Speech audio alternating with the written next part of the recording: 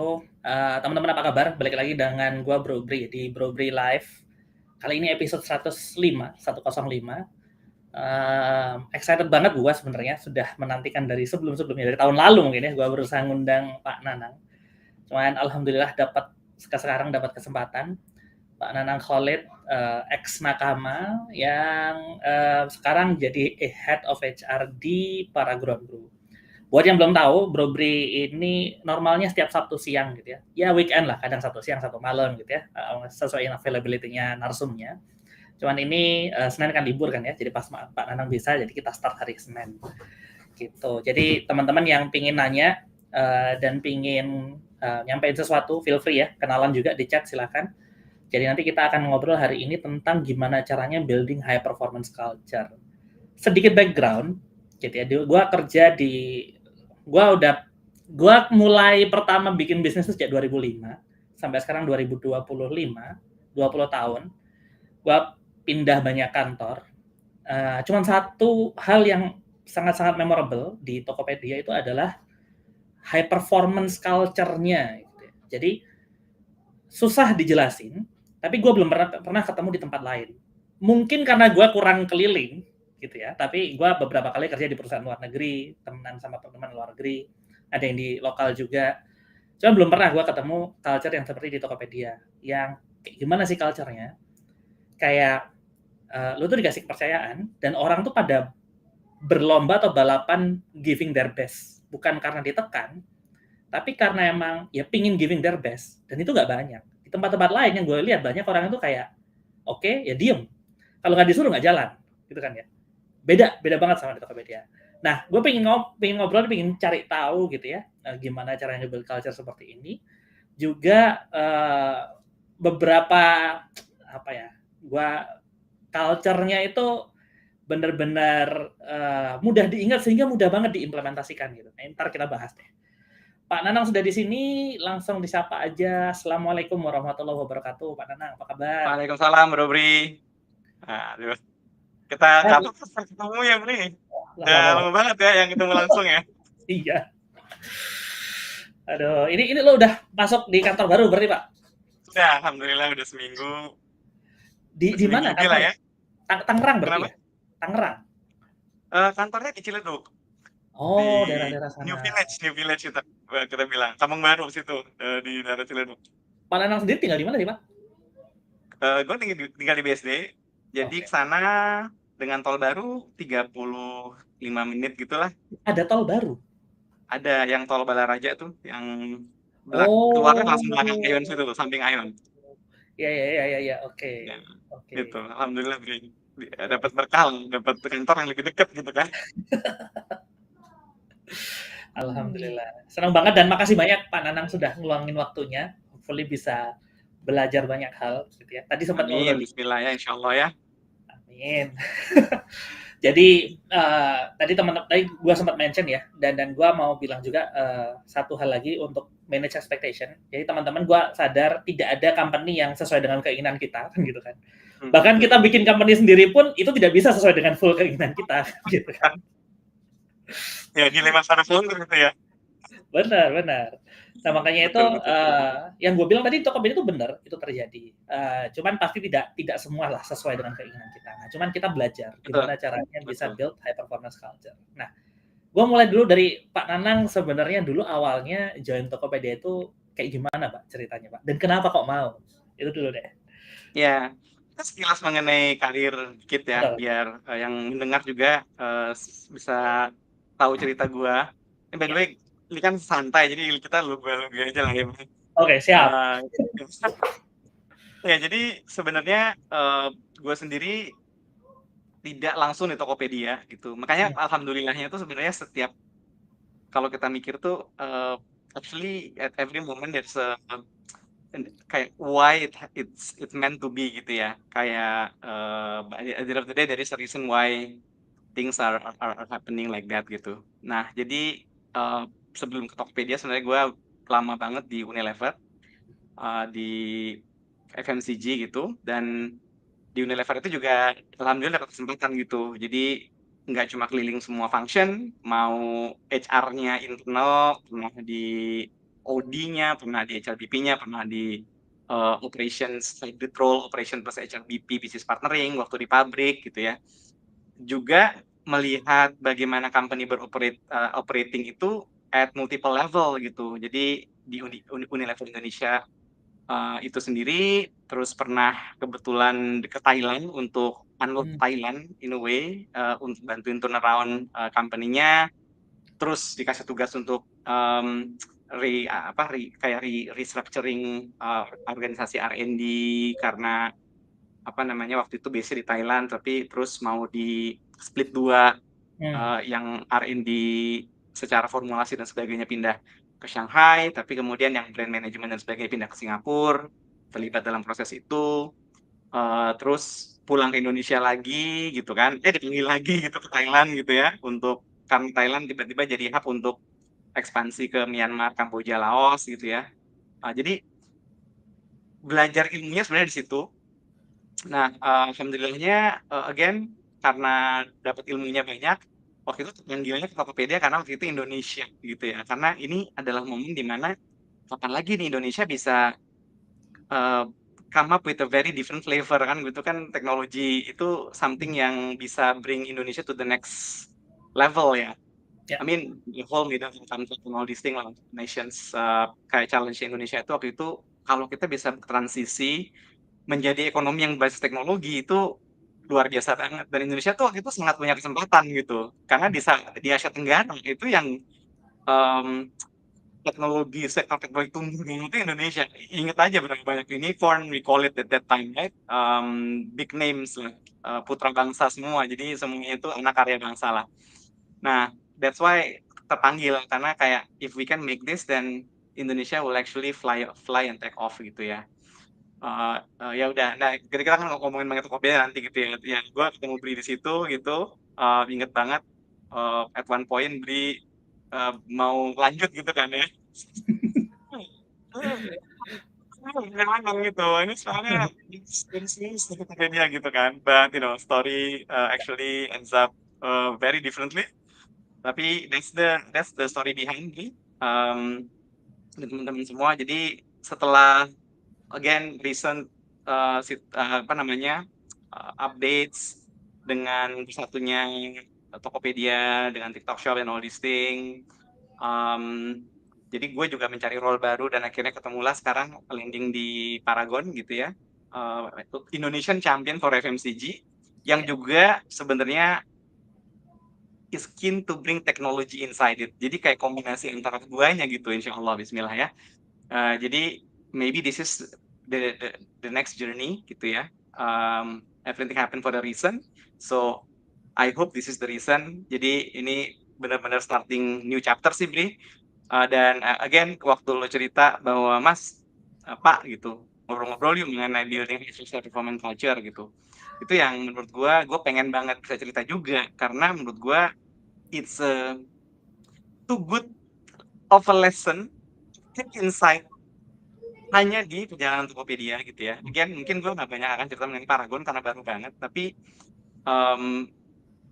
reason kenapa Paragon tuh karena culture-nya tuh gue lihat dari jauh itu punya punya flavor yang sama gitu ya. Again, that probably for another time, tapi mungkin itu bisa memberikan sedikit preview bagaimana gue sampai di titik ini. Jadi total dari 2004 mulai bekerja, sekarang udah 21 tahunan lah ya.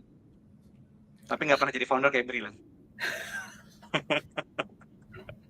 Orangnya nggak bisa berhenti ngulik, Pak. Sambil kerja aja sambil bikin-bikin. Emang satisfying personal curiosity sih. Tapi Pak, Nanang, lo waktu akhirnya pertama berarti yang experience yang panjang banget dari Unilever ya. Penasaran gue gini deh Pak, lo pakai t-shirt one piece juga kan sekarang kan?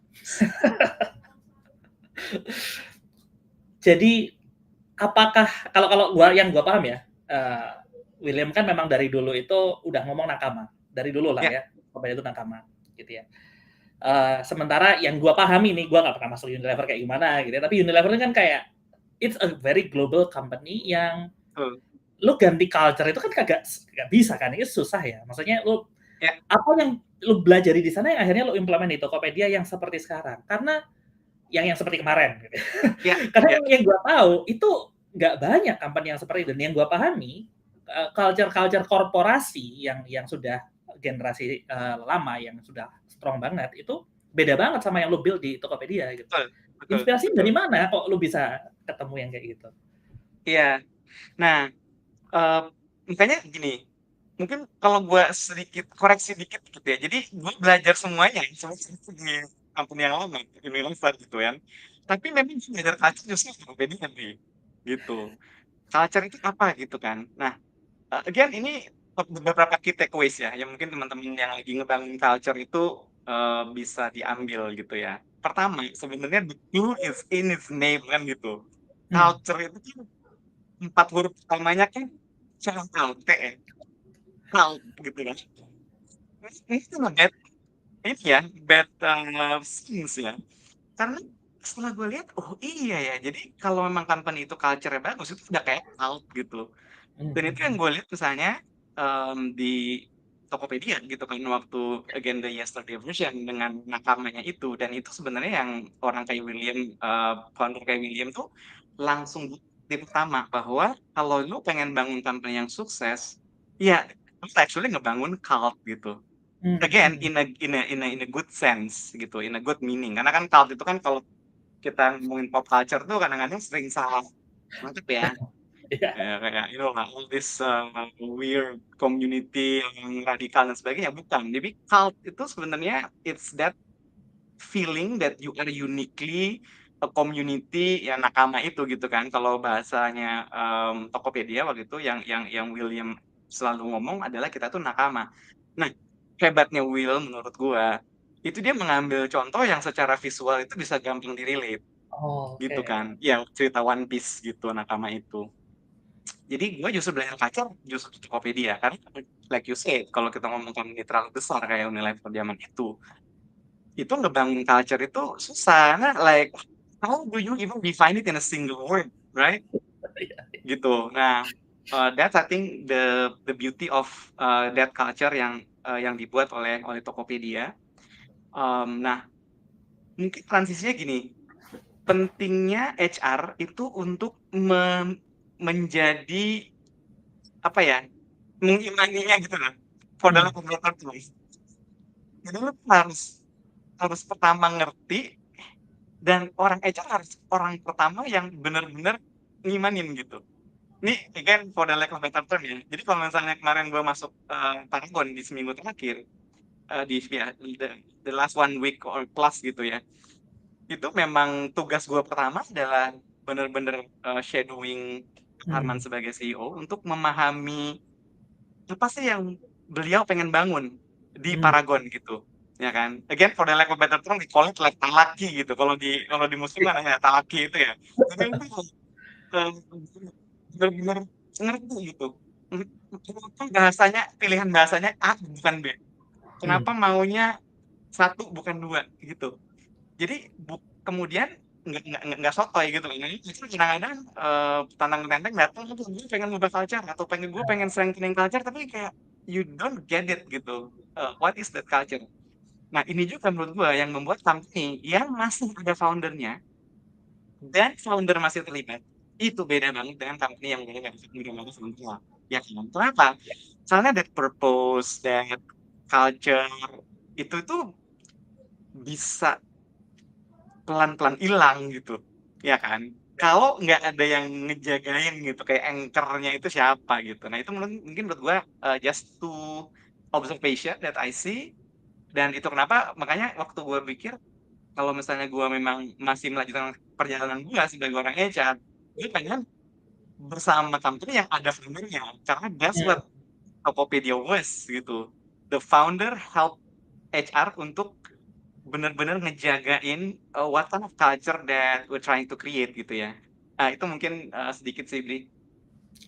Oke, ini gue pertama kali aja Pak baru paham bahwa yang lu lakukan sebenarnya bukan creating ya, tapi lu translating dari apa yang diinginkan foundernya ke whatever needs to be done supaya culture itu implemented lah di company itu gitu ya. Iya, betul, betul. Satu hal sebenarnya masih yang gua remember Pak sampai sekarang Hmm, itu kalau lo ingat banjir gede banget tahun 2020.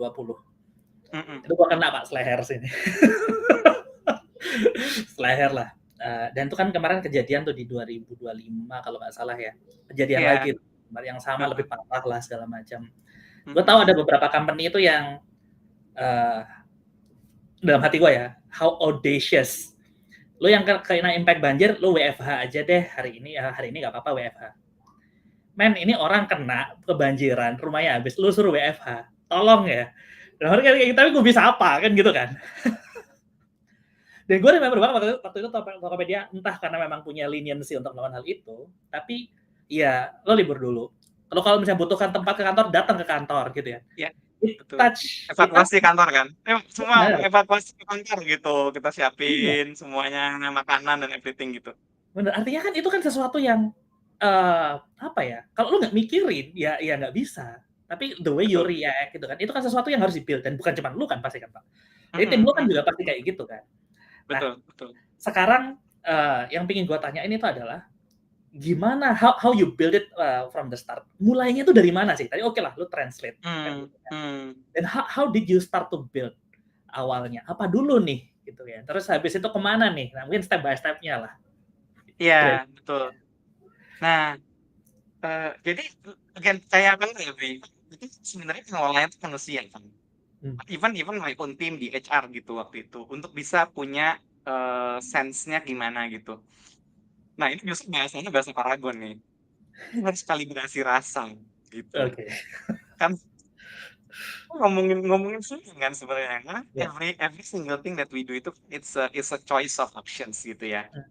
Nah, itu kan yang tadi lu bilang. Jadi kadang-kadang tuh kalau kita culture-nya belum kita nggak invest banyak waktu di culture, itu tuh justru yang kejadian adalah lu spend banyak banget waktu untuk menggerakkan orang melakukan sesuatu yang lu inginkan kan gitu. Iya, benar Ya benar kan? benar. Jadi ya makanya lu harus suruh, lu harus drive, micromanaging, bikin sistem, diawasin, dimonitor gitu.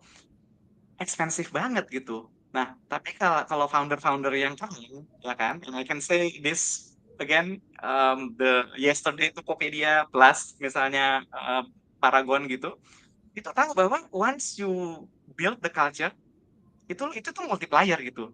Jadi mungkin pertama culture itu sebenarnya harus lu posisi sebagai multiplier dari growth lu gitu kan. That's actually what culture is. Kalau yang pengen bicara emang profitable ya culture gitu kan. Nih misalnya yang nonton ini bilang "Ih, profitable, ini super profitable, gue bilang misalkan gitu. Karena itu multiplier sebenarnya. Nah, ini kasus sebenarnya kayak gimana sih mas? Ada ya you name it lah pandemi, ada ini, ada itu. Ya gitu kan gue cerita banyak ya di 5 artikel apa istilahnya legacy lah sebelum gue move on nih tutup dulu dengan Tokopedia dengan legacy gimana cerita mengenai hal Tokopedia Build Culture sebenarnya dari sana semua gitu ya. Dan beberapa yang akan gue take sebagai bullet points. By the way yang kalau ada mau baca silahkan masuk aja ke LinkedIn profile gue, lihat ada 5 artikel itu bener-bener berusaha sebisa mungkin mengcapture the whole journey yang gue observe ya sebelumnya di Tokopedia. Nah, balik lagi, gimana caranya? Ya, benar tadi kerasa itu. Jadi bahwa orang tuh harus ngerti kita tuh mau kemana gitu kan. Company itu didirikan apa, purpose, values macam-macamnya gitu. Dan ini tuh something yang memang tidak pernah urgent and important gitu. Jadi kalau misalnya lo bicara tentang konsep Seven Oh, Habits, Time Horizon gitu kan, kayaknya ngomongin urgent important gitu ya. Yang kelihatan di depan mata short term. Padahal sebenarnya ada hal-hal yang itu important, yang kalau lo benar mengelolanya, maka less horizon satu yang urgent important, sehingga lo bisa benar-benar scalable, growing in the long term dengan strategik dan sebagainya. Nah, orang itu masalah rasa dan kalibrasi rasa tadi, itu tuh something yang menurut gua tidak ada cara lain sebenarnya ya diomongin, ngobrolin mengenai itu gitu. Jadi that that moment as a simply we connecting as a human being. Nah, itu yang harus didesain. Makanya kalau lo ingat itu sebenarnya tim HR-nya Tokopedia dulu, itu ada 2 kan, ada yang namanya HR business partner, itu bener-bener mendesain talent, organisasi, gitu kan, rearrange inilah function ini sama function itu yang gimana caranya bisa unlock growth gitu kan. Semua company punya biasanya, Ya. right? Ada satu tuh yang kalau misalnya lu ingat tuh gue introduce, itu people experience, right? Oh iya. Ya kan? Gimana Ya, ya, ya. caranya, eee, ini kita ngomongin bisnis nih, ini kita ngomongin people, ya kan? Dan people tuh punya touch points, ya kan? Mereka masuk, ada onboarding, mereka misalnya, punya masalah ketemu leaders-nya, berarti that's another moment. Mereka misalnya di-challenge untuk bisa promote, another moment. Terus banyak momennya. Nah, jangan sampai momen ini itu lepas dan lu hanya rely by accident. Kayak doa gitu kan, semoga gitu ya, mudah-mudahan leader-leader gua itu baik-baik semua dan keren sehingga anak-anak gua aman gitu. Bisa gitu. Kayak I mean, you can't allow like designing this whole people experience by accident. Makanya kita bilang, yuk kita tentukan what are those moment that matters and we design it. Sehingga sebisa mungkin, walaupun nggak perfect, tapi every interaction itu bisa ngebentuk mereka, ngebentuk, apa namanya, people itu within the kind of purpose yang kita punya gitu. Itu pertama. Makanya kalau lu ingat tuh setiap ada ritualnya gitu ya. And by the way, ada penulis yang namanya Rob Beard. Again, ini juga gue belajar di Harvard justru ya. Itu Rob Beard itu bicara, kalau ada yang dengar baca deh bukunya. Smooth scaling. Jadi Smooth. gimana caranya lu scale tapi lu smooth, tanpa friction gitu. Karena kebanyakan lu mau scale organisasi itu gampang, buat aja division of labor, buatin business unit macam-macam, smooth scaling itu by Rob Beer, Robier gitu ya, Rob Beer. Nah, tuh nakam experience team, dari Keyboy. Nah, itu Keyboy itu saksi gitu ya. Kita literally mapping semua moment of people experience itu momen orang itu di mana aja, personal dan profesional by the way. Dan kita bilang satu kalau kita bisa designing experience semua gimana, maka that behavior change itu akan lebih mudah. It's a bit like social engineering if you wanna call it, but it is social engineering in a way. Gitu kan, jadi culture itu live gitu, hidup gitu. Nah, di tim gue sendiri itu uh, of course ada juga momen-momen itu gitu ya. Misalnya kalau tiap town hall itu selalu gue ingetin semua orang tentang 3 hal. Jadi misi kita ngapain gitu. Jadi gue tuh bahkan punya visi kayak yang namanya team people itu kita mau building winning people ecosystem that will make the shift. Jadi shift itu tuh kayak hashtag make the shift ya. How can we make things more simple itu S-nya, make things more human itu H-nya, make more impact itu I-nya, um, make it more fun itu F-nya, dan T-nya more technology driven. Jadi everything we do itu we have to make the shift gitu. Make it more simple, human, impact, fun, technology driven gitu kan. Itu udah kayak mantra. Setiap bulan tuh diingetin sama gue gitu kan. Biar why are we here gitu. Karena kadang-kadang gitu-gitu lu akan overwhelming dengan diluted dengan OKR lah, dengan KPI lah macam-macam. You miss the reason why we're here at the first place gitu. Nah, itu pertama. Jadi lu tentuin dulu nih kalau lu punya tim ini tuh hashtag-nya apa sih gitu. Simple itu. Ya kan? Karena lu mau pasang ke big, bold, vision statement, 2 lembar, 3 lembar, ada gambar, ada kartun, macam-macam, tapi kayak at the end of the day, people like, what is it? Gitu. Oke, make the shift gitu. Yang itu bisa bisa bisa lo terapin gitu kan. Nah, jadi kalau kita ngobrol, misalnya gue sama tim gue ngobrol, tuh pertanyaan gue pertama gitu, oke, thank you ya, idenya bagus. Make the shift gimana nih gitu. Then they will talk about ya. Oh, ini kan lebih make it more human nih Mas. Gimana caranya? Oke, gini gini gini gitu. Nah, kalau lo udah itu istilah gua ritual ya. Kalau ritualnya udah dapet setiap bulan diomongin gitu, kalau lo gak berubah kan ada yang salah banget gitu. Ya. Gitu kan. Nah, itu kan udah langsung dapat aja make the shift-nya. Jadi itu waktu itu ya kayak pandemi, termasuk banjir, kita bilang ya udah kalau gitu kita konvert kantor aja gitu. Kan anyway kosong gitu ya. Waktu 2020 banjir tuh lagi pandemi juga kan. Kita punya semua kit, medical kit and everything is kita punya.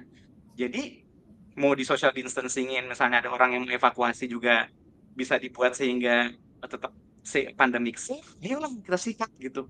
Nah, thinking itu menurut gue yang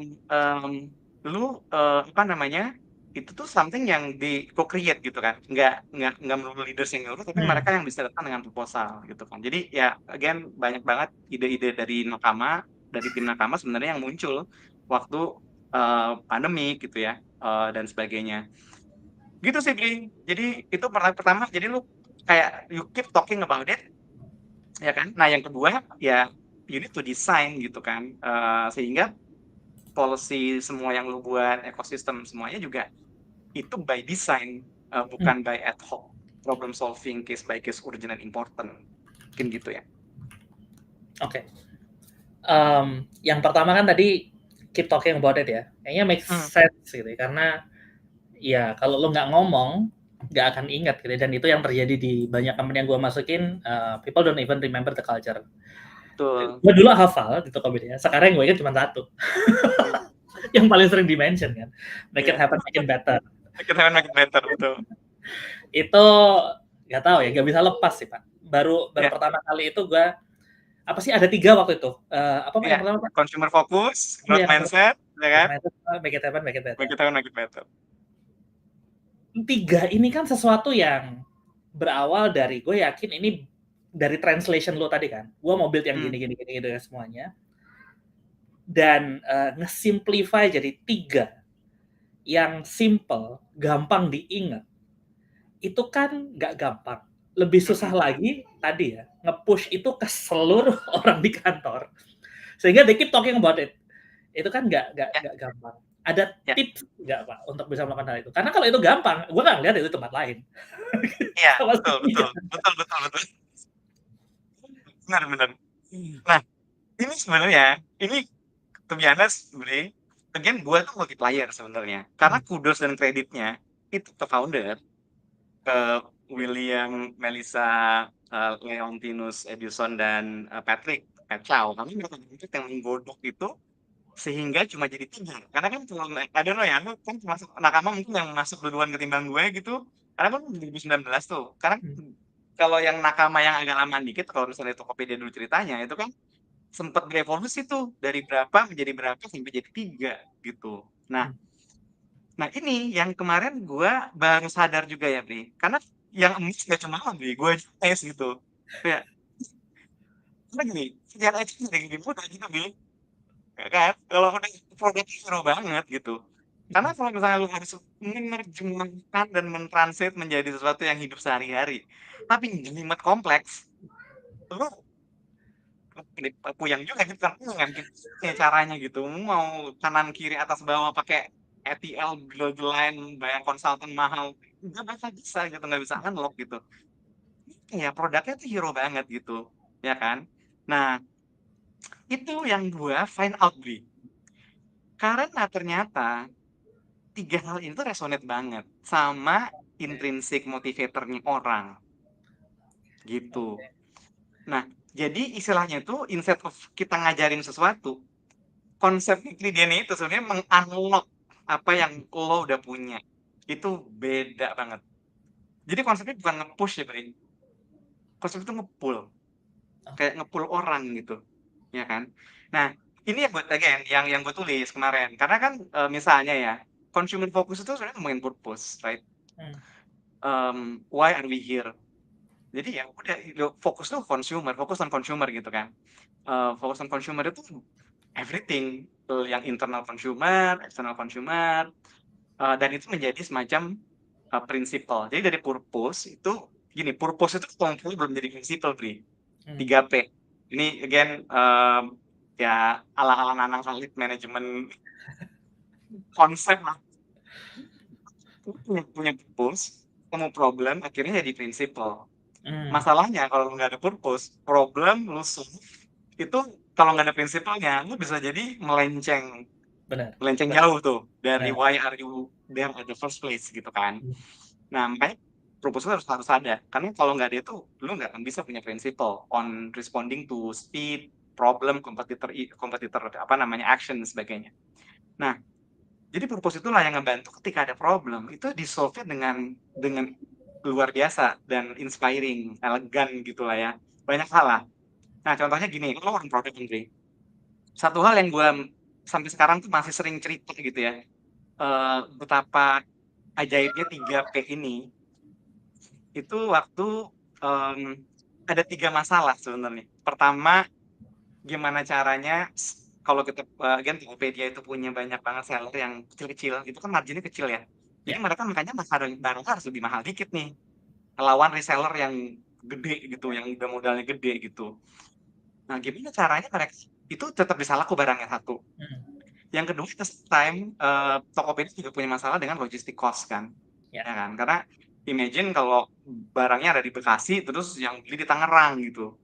Ya kan, gila banget gitu logistic cost-nya, right? Ketiga, juga kecepatan. Karena di sisi konsumen, mereka pengen barangnya cepet. Kan gitu. Nah, itu problem to solve. Ada 3 problem statement. Tapi ada purpose bahwa kita we are trying to democratize commerce for Indonesia gitu kan. Dan disolve dengan geofiltering. Geofiltering itu menjawab tiga-tiganya loh. Kalau pikir-pikir itu ngombe gue terus merinding tuh. Gila ya, ide geofiltering ide yang pertama yang gue dengar. Ya udah, kita bikin geofiltering aja. Gue cari tantangannya. Ya. Salah tentang muncul duluan. Ini mahal-mahal lebih kali Rp600, Rp700 lebih mahal. Nggak dapat barang lebih cepat. Dan diuntungkan ongkos kirim orang yang ngirim dari Cipongo itu selesai gitu kan. Ya. Ya. Main gitu. Nah, itu kebayang nggak ketika culture hidup, maka problem solving lu jadi purposeful dan prinsipalnya jelas. Imagine, ini yang gue bilang, culture tuh nggak bisa skip. Kebanyakan tuh nggak ada tangible fluffy gitu. Mana resultnya culture? Lu nggak ngomong result kelihatan kayak lu promo pricing diskon 30% jualan enggak. Like if you still thinking in that term, you are playing a wrong game, gue bilang gitu kan sama bisnis apa sama leader sama orang-orang di bisnis gitu. Tapi culture itu adalah kalau lu diskon 30% gitu. Gitu. Nah, orang-orang yang dengan culture yang hebat ini ya meng-unlock gitu. Gimana caranya lu hidup ke depan itu nggak rely on diskon 30% misalnya gitu kalau kita ngomong misalnya di FMCG misalnya gitu ya. Gitu. Jadi karena mereka itu apa namanya gitu apa sih tujuan kita gitu misalnya gitu ya. Nah, itu misalnya dengan purpose ngomongin growth mindset itu kan mindset mastery ya kayak mastery gitu ya kayak Ronaldo gitu di One Piece gitu. Banyak anak-anak talent kita itu yang kerja itu gini yang purposeful tuh mungkin ada kayak ini sebut lah purpose gitu ada gitu kan. Ini tidak banyak kan profesional itu ada that kind of mastery bahwa kalau gue bisa lebih pintar hari ini dari kemarin itu gue bahagia dan akhirnya dia chase that mastery, right? Growth mindset is actually that dan itu yang kita obrolin juga bahwa ayo unlock your growth mindset self gitu kan dengan apa dengan ada problem why don't you solve it in the next level thinking ya kalau di Paragon namanya new thinking gitu new thinking itu mastery sebenarnya kalau menurut gue. New thinking apa nih masalah ini? Ya, again, menurut gua ini juga hal yang baru, ya kan? I mean Ya. Albert Einstein ngomong gitu. Insanity adalah melakukan hal yang sama dan berarti melakukan hasil yang berbeda. Oh, kan gitu. Ya. Ya. Sering banget status quo ya, kayak ya udah jelas ini nggak bekerja terus saya gitu gitu kayak fix mindset ya kan? Ya udah begini emang kerjanya begini kenapa gagal ya kurang perasaan ngerjainnya gitu ya begini kan gitu. Nah jadi that mastery new thinking itu yang menurut gue juga kadang-kadang lost gitu ya kan. Nah that if your culture talks about it then everyone is start really looking at things and new thinking ya kan. Itu mastery. Jadi growth mindset itu sebenarnya the mindset of mastery.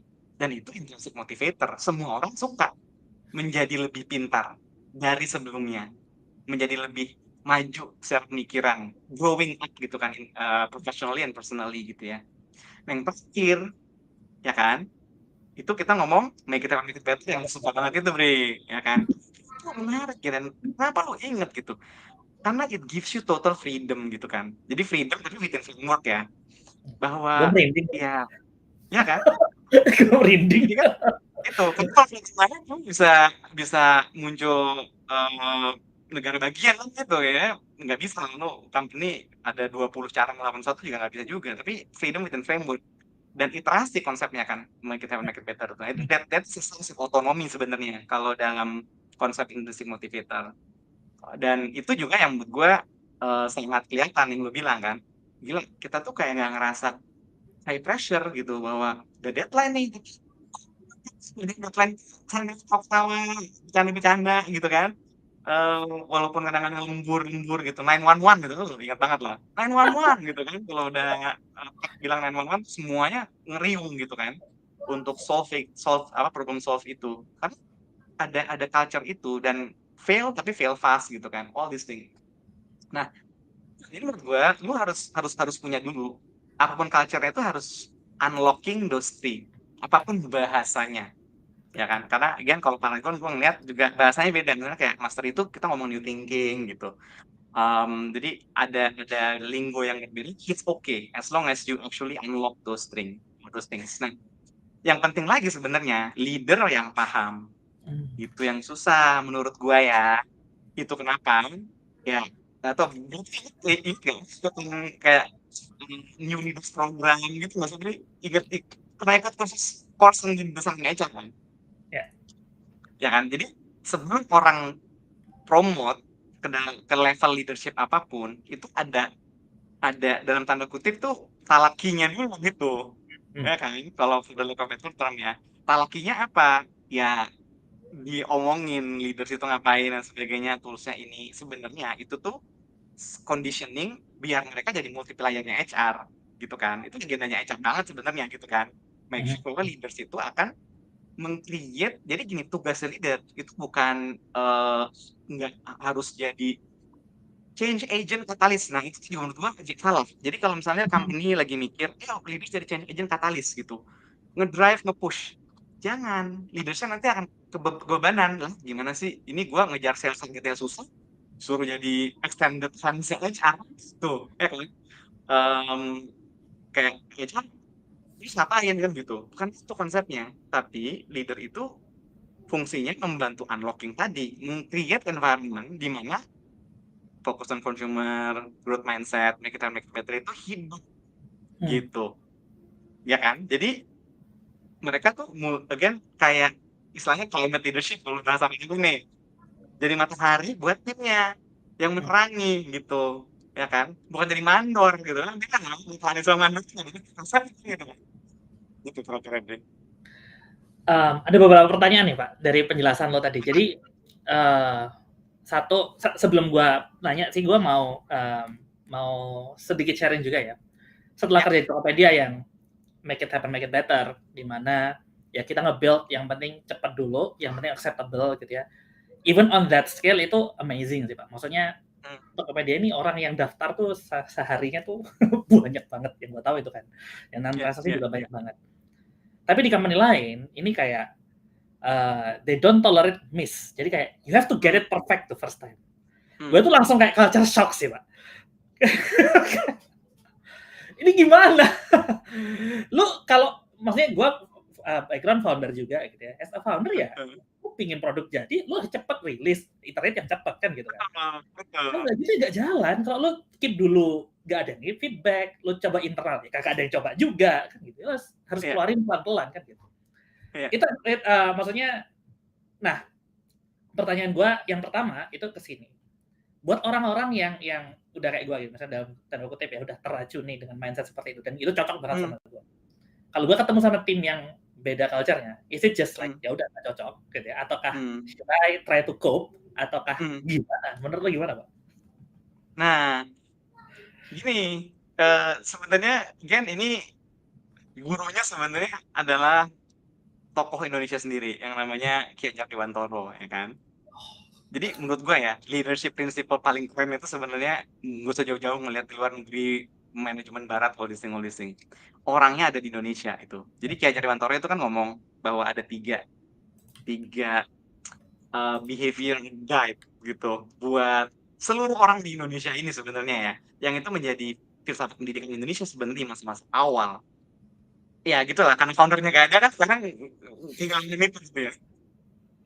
Sayang banget sebenarnya karena gua belajar ini tuh at one point in time wisdom ini gue dapet lah dari lapangan gitu. Jadi Ki Hajar Dewantara tuh ngomong tentang 3 hal, ya kan. Hmm. Pertama, ing ngarso sung tulodo, ing madya mangunkarso, tuturi handayani, kan gitu, ya kan. Jadi prinsip kepemimpinan pertama adalah sebenarnya itu tuh konsep circle of influence lu, ya kan. Kalau mimpin tim, di tim lu sendiri, itu kan kan lu paling depannya, imam dari tim itu. Ya udah, make sure bahwa lu role modeling apa yang lo pengen buat. Ing ngarso sung tulodo gitu kan. Di depannya jadi teladan. As simple as that. Dan menurut gua, CEO yang paham ini itu keren banget culture-nya gitu, ya kan. Makanya again founder. Kenapa founder? Karena founder itu tuh merasa gua itu bukan CEO, bener nggak? Kan CEO itu gini loh, Chief Executive. Jadi gua yang bukan direction and all this ini tuh step out and gitu. Nggak Ya, bisa ya, gitu. Leadership itu selalu hands on gitu kan. Jadi banyak CEO yang keren itu adalah CEO yang lu lihat itu akan hands on banget. Tapi bukan micromanaging ya, very different. Artinya dia pengen tahu lapangan gimana, dia melakukan Gemba, dia ke lapangan ngecek, problem solving di lapangan, unlocking barrier kalau menurut ada hierarchy yang men-stop sesuatu gitu. That's Sung Tulodo. Tapi lu misalnya punya tim kecil, ya at least you play there, right? Nah, seiring dengan credibilities, credential dan sebagainya, lu akan step up terus nih. Tim yang lu pimpin akan makin besar. Nah, if you are doing the role modeling di level apapun, maka jadilah tim itu akan mengikuti culture lo itu, ya kan? Kalau culture beda sama company, gimana nih tim gua? Menurut gua, selama lo yakin itu benar, ya jalanin aja dulu gitu, ya kan? Nah, gue yakin kadang-kadang intinya apa yang diucapkan apa gitu kalau ngomong culture company, ya kan? Atau memang simply ya belum dapat wake up call aja bahwa yang tadi lu bilang bahwa dengan bilang bahwa everything has to be right the first time ya. ya. Everything has to be perfect at the first time. Itu berarti kan mendiscourage eksperimen kan. Gitu kan. Orang jadinya takut gitu kan. Waduh, kalau gue begini kira-kira nanti perfect nggak ya? Nah, itu kemudian konsep yang kedua. Ing Madyo Mangun Karso gitu. Kalau lo ada di tengah, maka lo yang harus menjadi penggerak. Mangun Karso itu kan menjadi penggerak. Jadi you are part of people who doing movement gitu. Jadi again social engineering slash movement all this thing lah. Caranya gimana sebagai middle management nih? Then you speak up gitu. Ini kan orang Indonesia nih ya kebanyakan tuh salah menaruh konsep. Jadi ini gimana nih? Kok culture ini kayaknya anak-anak pada takut ya jadinya bereksperimen dan literasi. Udahlah tuturi handayani aja. Nggak gitu. Leader gitu kan. Kayak lu paling benar ya. Tuturi handayani gitu. Tuturi handayani itu kalau lu yang paling bawah masukkan gitu kan. Ya mau nggak mau yang namanya company kalau ya orang sholat lah Allahu Akbar ya Allahu Akbar semua ruku gitu nggak bisa Allahu Akbar enggak gue nggak setuju sama ruku gue mau diri sendiri ya lu keluar dari situ gitu kan. Nah jadi menurut gue konsepnya itu aja playbook menurut gue gampang dan playbook di Indonesia tuh paling keren. Jadi kalau lo memang punya full influence then you do your role modeling. Tapi kalau misalnya lu ada di middle management dan ini memberi apa kayak ada makro yang lebih besar kayak company culture dan sebagainya belum cocok, ya lu yang mengentasuk gitu dan you give feedback bahwa Pak, Bu, orang HR yang ngobrol lah atau orang ini dianggap ngobrol, yuk kita revisi tuh kayaknya udah nggak relevan nih dengan kompetisi. Mungkin itu dulu dibuat ketika lu tuh market leader. Jadi istilahnya mungkin faction karena lu pengen make sure bahwa ide lu lebih baik dari sebelumnya mungkin Intennya begitu, tapi dunia berubah, kagak bisa lagi gitu. Oh cepet nih untuk kita menunggu perfection misalnya, right? Dan revisited gitu. Jadi mungkin menurut gua tadi sih playing where you are and what behavior you need to do. Ya bahasa kerennya situational leadership gitu kan, Bri. Cuma sebenarnya Ki Hajar Dewantara tuh. Nah itu ada Mus Nuzli cerita, bener banget. Simple, enak jelasinnya dan karena di Indonesia, made in Indonesia itu paling gampang ya kan? Ya kan konsepnya. Karena emang itulah Indonesia gitu. Ini pertama kali gue dengar nama Ki Hajar Dewantara disebut lagi di setting profesional. Dan baru pertama kali ini gue, oh masuk ya ternyata ya. Gue tuh dulu denger ya udah, ngajeng mangun telodo, ngajeng mangun karso, tuturi handayani, ya wes nggak nangkep gitu kayak gimana. Nggak nangkep. Ternyata Iya, itu filsafat hidup itu sebenarnya. Sekeren itu Indonesia, Bri. iya, padahal gue tuh thankful banget belajar situational leadership di Tokopedia waktu itu. Iya, Dan waktu itu betul. gue kayak oke. Padahal kan banyak orang bilang micromanaging itu nggak bagus gitu ya.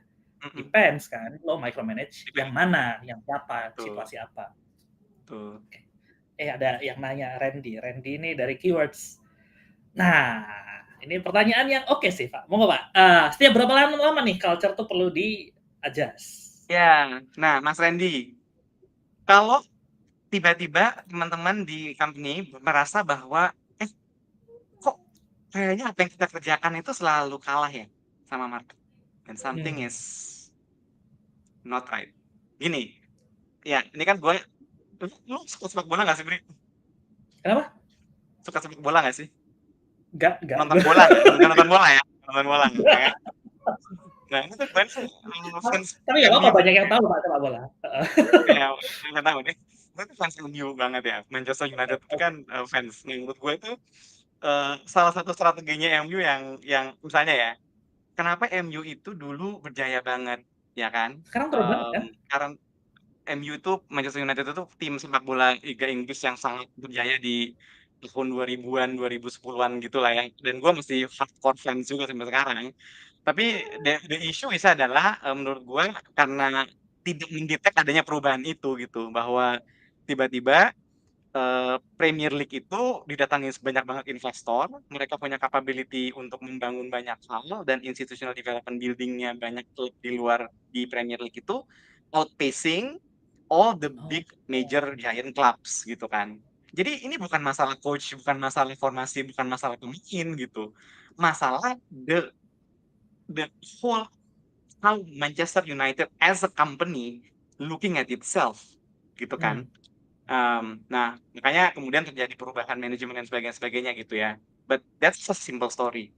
Nah, jadi menurut gua company itu banyak yang merasa gini, blind spot-nya itu ada di market leader, ya kan? Karena lu udah ngerasa bahwa gua itu keren, gua itu market leader nih, gitu, ya kan? Sehingga akhirnya dalam tanda kutip muncul kesombongan gitu kan. Nah, kesombongan dan pride yang terlalu tinggi itulah yang membuat tuh ngerasa bahwa ini udah bener nih culture-nya. Kalau misalnya salah, kita tuh masih kalah ya. Kita nggak agile enough, kita kehilangan market share, kita whatever, whatever, whatever. Something is then not right dong gitu ya. Coba deh lu lihat lagi, jangan-jangan orang masih I mean Nokia ketika tutup itu kan statement CEO yang terkenal adalah we didn't do anything wrong. Itu udah famous. Oh, mohon maaf, memang gitu kan. We didn't do anything wrong. That's a statement. Sebegitu blind spotnya culture. Jadi yang tadi gue bilang, makanya lo harus meng-create culture di mana feedback is listen, harus genba tuh ke lapangan tuh CEO gitu kan. Biar kagak clouded dengan all this bells and whistles and mirrors yang mungkin ditaruh oleh tim-timnya untuk biar udahlah Bapak senang pokoknya Bapak tenang aja dunia baik-baik saja gitu kan. That's why you need to crack it dan HR harus menjadi part of it gitu karena very very dangerous gitu kan. Mungkin itu buat Mas Randy ya. Um, Nah, yang Anissa pertanyaan, ini kok tiba-tiba jadi susah jadi host nih? Gimana tuh? Ini tadi kan kalau gue lihat ini kan tadi sebenarnya Udah dijawab ya? iya, tapi mungkin mungkin pertanyaan gini Pak. Jadi justru kan 3 DNA ini dari leadersnya kan. But then leaders kan nggak cuman itu aja gitu ya. Dan new leaders will come in, you recruit some people, orang baru masuk kayak gitu ya. Itu apakah 3 DNA ini lo jadiin kayak filter gitu ya? Ataukah gimana? Dan ngefilter itu kan tidak semudah itu kan. Atau gimana kalau ada orang masuk yang ini pernah kejadian nih, gue tahu sendiri di dalam gue ngelihat ada yang tidak mengimplementasikan, dan orang ini leader, consumer focus. Dia benar-benar do something yang itu jeopardizing consumers supaya performance company naik. Ada, cuma ya. Habis itu nggak ada. Gitu. Nah itu gimana tuh Pak? Gimana supaya bisa leader-leader itu bisa nangkep itu? Nah, ini sebenarnya pasti ada outlier kan. Jadi lu mau desain kayak gimana juga, ya sama lah. Lu kalau di teknologi lu mau desain user UX UI sempurna mungkin ada aja gitu kan outlier ini gitu ya. Nah, ini yang pentingnya leadership lagi karena leaders kan company itu kan sebenarnya it's a accumulation of a community kan, Bri. Jadi dari tim kecil yang cuma 5 orang, pasti multiple tim jadi 20 katakanlah, dan 20 begitu multiple tim jadi 100 gitu kan, 5 division, 100 people dan sebagainya. Pasti leaders di atas itu sensing, pasti nggak mungkin nggak sensing. Karena mungkin nggak dapat sense-nya, ya kan, karena itu happens on the ground. Yang lu bilang, ada leader baru lah, ada leader misalnya yang tiba-tiba dalam tanda kutip toxic dan sebagainya gitu, pasti kerasa. Orang pasti ngomong, ya kan? Bagaimana kemudian lo merespon itu? Nah, jadi tidak ada cara lain sebenarnya untuk mengequip leader untuk take or having an honest conversation with the person, ya kan? Nah, itu kenapa HR biasanya juga nempel nih, HRBP, auditing tuh harus membantu untuk bisa men-sense itu, dan ketika leaders akhirnya ngobrol tuh ada thought partners. Karena kadang-kadang leaders tuh bingung, gue pengen memfix ini tapi gimana ya, gue nggak tahu caranya nih gitu. I mean, whatever training mengenai leadership kan nggak semua sempurna ya, mungkin you miss that gitu. Nah, itu yang HR kemudian harus datang bantuin gitu kan. Nah, Bri, sorry Bri, ini laptop gue kenapa tiba-tiba ini ya? 1 menit ya. Siap. Ya teman-teman, makasih banyak pertanyaannya. Kalau mau ada yang nanya lagi silakan, tapi ini sudah hampir kelar. Jadi, gue mau reserve nanti slot terakhir pertanyaan gue mau nanya. Iya, boleh. Ya, jadi itulah maksud gue, di mana HR kemudian bantuin leader untuk make sure you safeguard the culture. Ya, nah, kalau di Tokopedia, kalau Tokopedia kan tadi ya visinya kayak membangun ekosistem macam-macam. Nah, gue kan sebagai HR business partner ya ceritanya nih, Bri, enggak semua HR juga gitu ya, hanya fokus di situ. Karena menarik, karena kenapa gue diminta untuk datang dan membantu, itu istilahnya tuh hashtagnya jaga transformasi gitu. Karena sekarang tuh lagi pengen ditransformasikan gitu kan, menghadapi kayak how Paragon looks into the future, what's the future possibility, reimagining all this thing gitu, itu banyak transformation ya gitu kan. Nah, jadi peran HR untuk menjadi partner leader, termasuk ngejaga culture, itu penting banget. Jadi maksud gue, ya, then you reach out ke your HR kalau praktikalnya gitu kan. Tapi nge-reach out dengan purpose yang clear bahwa I need your help. Ini tim gue kayaknya ada beberapa hal yang harus dibantuin nih karena misalnya ini itu dan sebagainya belum align culture dan sebagainya. How do we do this ya? Harusnya orang HR equip untuk membicarakan problem solving-nya gimana gitu, Bri. Siap. Terus pertanyaan lagi yang tadi Pak ya, dari yang lo ceritain gimana caranya nge-build. Pada akhirnya kan, dan yang terakhir lo mention ini kan, pada akhirnya harus dari leader kan, dan itulah preferensi lo kerja bareng sama founder kan gitu kan. Nah, jadi pertanyaannya kan gini kan sekarang, kalau ada nih, kita ada di company yang ternyata leadernya tuh belum begitu concern dengan culture, dan dia tuh senang hands on gitu misalnya ya, atau ngedrive orang kayak gitu-gitu misalnya. gimana caranya lo bisa nge-convince leader-leader seperti ini untuk invest in culture?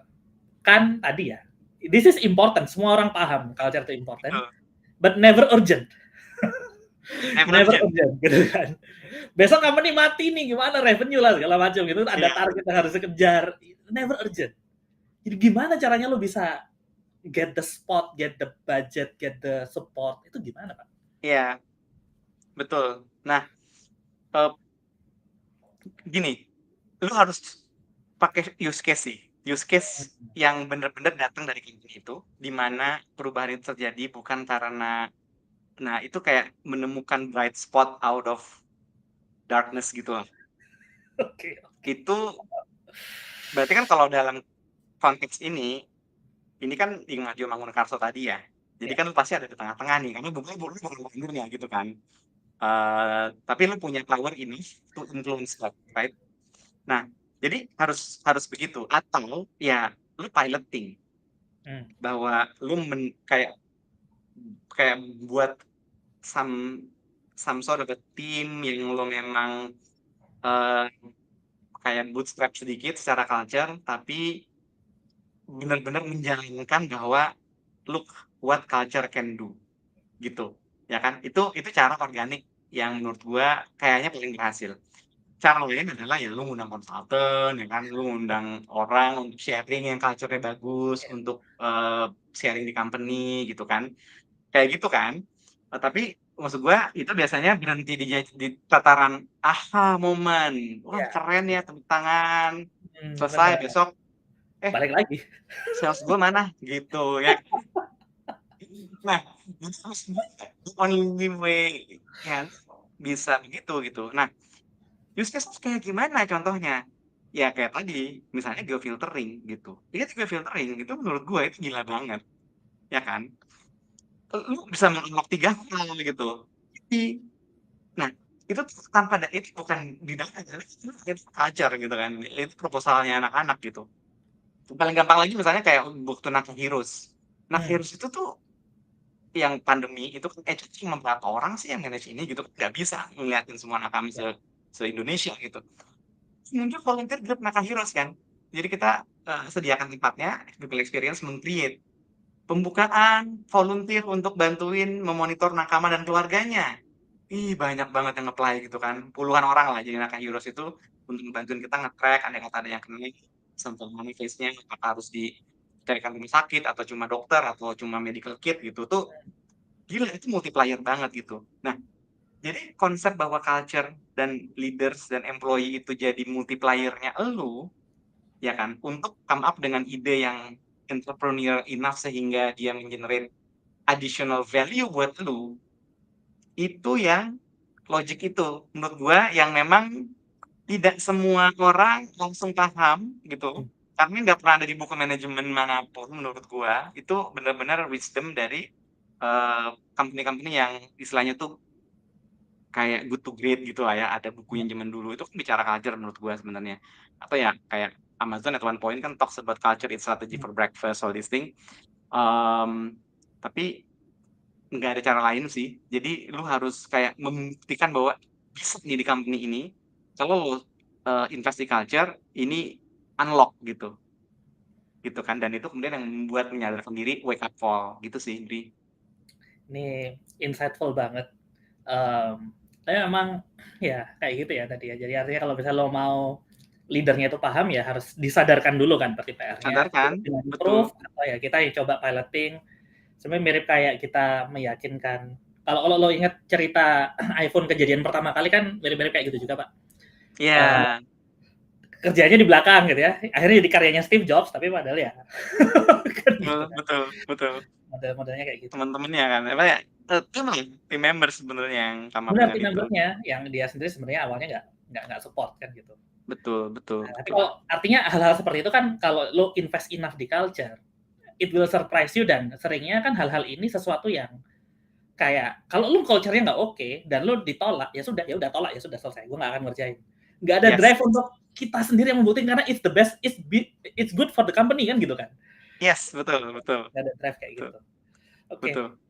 Pak, satu pertanyaan terakhir deh sebelum kita boleh, aman. tentang AI. Heeh. How do you see AI will change the culture game in the future, Pak? Nah, ini menurut gua, kenapa urgency talks about culture, ya kan? Ya. Karena company dengan culture yang sudah terbangun, itu dia akan melihat AI itu sebagai enabler, Hmm, hmm, gitu kan. Untuk apa? Untuk membantu talent ya. dan leaders human-nya ya, manusianya, untuk bisa thrive, ya kan. Jadi bukan dibandingkan. Ah, oke. Ini satu huruf beda penting banget, tapi disandingkan, S. Oke. Ya, jadi jangan bandingin AI bisa segini, human begini, tapi disandingkan. Hmm, Kalau sekarang human bisa ngerjain ini dalam waktu 2 hari, kalau disandingkan sandingkan sama AI, harusnya dia bisa ngerjain ini dalam waktu 1 hari, gitu kan, ya. ya kan? Nah, contohnya nih, itu beda banget, right? Karena you believe in the intent and power of human, ya kan? Hmm, Itu penting banget dan orang again company yang punya culture yang strong, biasanya langsung gini, biasanya memang udah have a faith on their talent, hmm, hmm, gitu hmm, ya. Nah, kalau company yang biasanya lupa atas culture, dia akan terjebak pada membandingkan tadi, di B bukan S. Kalau udah dibandingin, then you get ya you're playing a wrong game juga menurut gua, gitu. Karena begini deh, kalau lu membandingkan, nggak akan bisa menang human itu, right? ya. Tapi come to think about it, AI juga nggak akan bisa lu punya company yang AI kayak fully AI gitu, juga nggak kebayang gitu. Ya, ya. Karena akan sangat mekanistik dan sebagainya gitu kan. Dan ya gua to be honest belum pernah membayangkan bahwa there is a point where AI will takes over like the whole value chain itu, sampai sekarang gua nggak kebayang. Mungkin gua kurang pintar aja ya, tapi gua nggak bisa kebayang. Nah, tapi kalau disandingkan bisa. Tapi kalau tanpa AI sama sekali juga you get, ya you'll be defeated juga gitu kan. Jadi, makanya itu penting untuk, kenapa culture penting, karena this is the only moment. Karena ketika lo telat membangun culture, di mana ya lu membangun purpose mastery sama autonomy Hmm, tadi, generic language-nya, kalau 3DNE-nya kan ya Tokopedia punya yang tadi ya, tapi kan hmm, generic language-nya kan purpose mastery and autonomy tadi. As a culture, maka lo akan, terjebak dan akan harus mau nggak mau masuknya membandingkan. hmm, Ya hmm. udahlah ganti AI aja, orang gampang, lebih murah, ini dikontrol, nggak ada drama, manusia kan banyak drama, you know all this thing lah ya. And then, menurut gua sih itu akan salah. Karena again, kalau kita ngomong AI itu kan instruksi ya. Ya mereka bisa mengerjakan apapun, tapi mereka nggak punya awareness loh, bergerak ke mana loh, gitu. Ya, ya. Jadi bisa jadi at one point lu akan punya, ya again ilustrasinya, lu mungkin bisa punya kereta yang banget jalannya, cepet banget keretanya kereta gitu kan, keretanya gitu ya, mesin Vincent, tapi are you sure you are going to the right direction? Gitu kan. Nah, yang menentukan direction itu manusia. Ya. Dan gini, orang mikir, ya udah level C-suite bisa, yang itu yang penting. Enggak gitu, karena eh, inovasi itu harus terjadi at the front line, Hmm, ya kan? Jadi kalau misalnya lu tahu nih, sebagai orang di lapangan gitu kan, eh, the real innovation or the real problem solving itu jadi di lapangan gitu. Apalagi kalau kita ngomong yang selama lu masih serving consumer ya. Kalau lu like pure technology company, mungkin like technology for technology, mungkin bisa semuanya ya, karena lu hanya ngomongin ya nggak ada interaksi human being ya kan. Tapi ya. begitu lo ngomongin tentang selera pasar ya, kalau di FMCG misalnya, itu nggak akan mungkin nggak ada manusianya, karena manusia itu yang menentukan bahwa ya paling gampang dinamika pasar kosmetik di Surabaya untuk channel yang namanya health and beauty, Hmm, itu udah cell level, it's a cell gitu kan. Ya, lu bisa aja pakai buatlah hmm, strategi nano pakai ChatGPT selesai. Yes. Tapi ChatGPT referensinya data tahun berapa gitu. Betul, betul. Begitu ada behavior yang berubah, it's the human eyes yang melihat langsung bagaimana konsumen belanja di situ. That's the human intelligence gitu, yang artificial will not. Eh, wah, Pak Nanang putus. Mungkin ada problem di koneksinya atau di laptopnya, Di market gitu. teman-teman. Oh ya, tadi sempat nge-freeze bentar, Pak. Ya, nggak apa-apa. Ada yang miss ya? Iya, tadi nge-freeze di sisi di level artificial. Tapi paham kok, insya Allah konsepnya paham. Dan gue Ya, ya.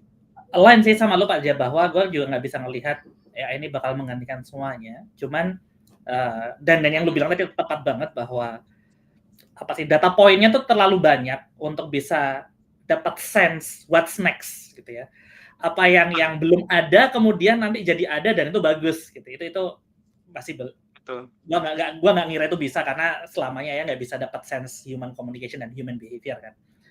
Gitu. Betul. Cuman dan gue ngomong ini di posisi yang gue ngedrive beberapa inisiatif AI di company sekarang. Gue sering melekkan malam ngeprom bikin aplikasi.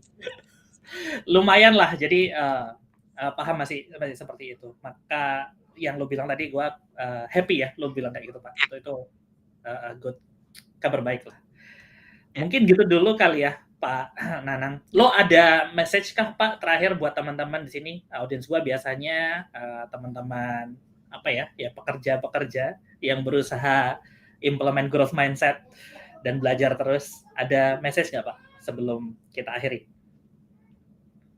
Ya, kalau message-nya sih menurut gua selalu kayak start with us lah ya.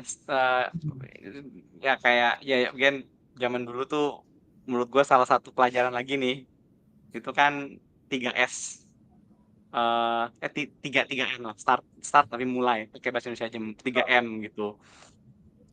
Apapun yang kita pengen lakukan mulai dari diri sendiri gitu kan. Jadi kalau misalnya dan maksud gua tuh anak Star Wars banget ya, jadi kita tuh semua adalah Jedi gua bilang. Semuanya punya pedang yang warna biru gitu kan. Apapun skill-nya, mau tuh orang produk kayak lu Bri, orang manajemen finance gitu. Kita tuh semua punya punya pedang itu sebagai profesional, pedangnya warnanya biru gitu. Dan that Jedi, kenapa ada Jedi dalam Star Wars itu kan untuk membuat dunia itu berjalan menuju kebaikan gitu ya. We know what is right, doing the right thing. Prinsipalnya itu pedang biru itu dipegang banget gitu. Jangan sampai pedang biru itu jadi merah gitu kan, dan lo jadi musuhnya, jadi Sith gitu kan.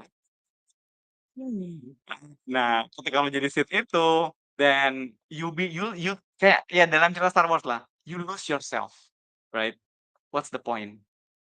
Ketika you lose yourself, then what's the point? Jadi ketika misalnya, nah itu yang menurut gue jadi motivasi kita semua, bahwa it's not easy to hold that blue sword in the world where everyone probably wants you to be Sith.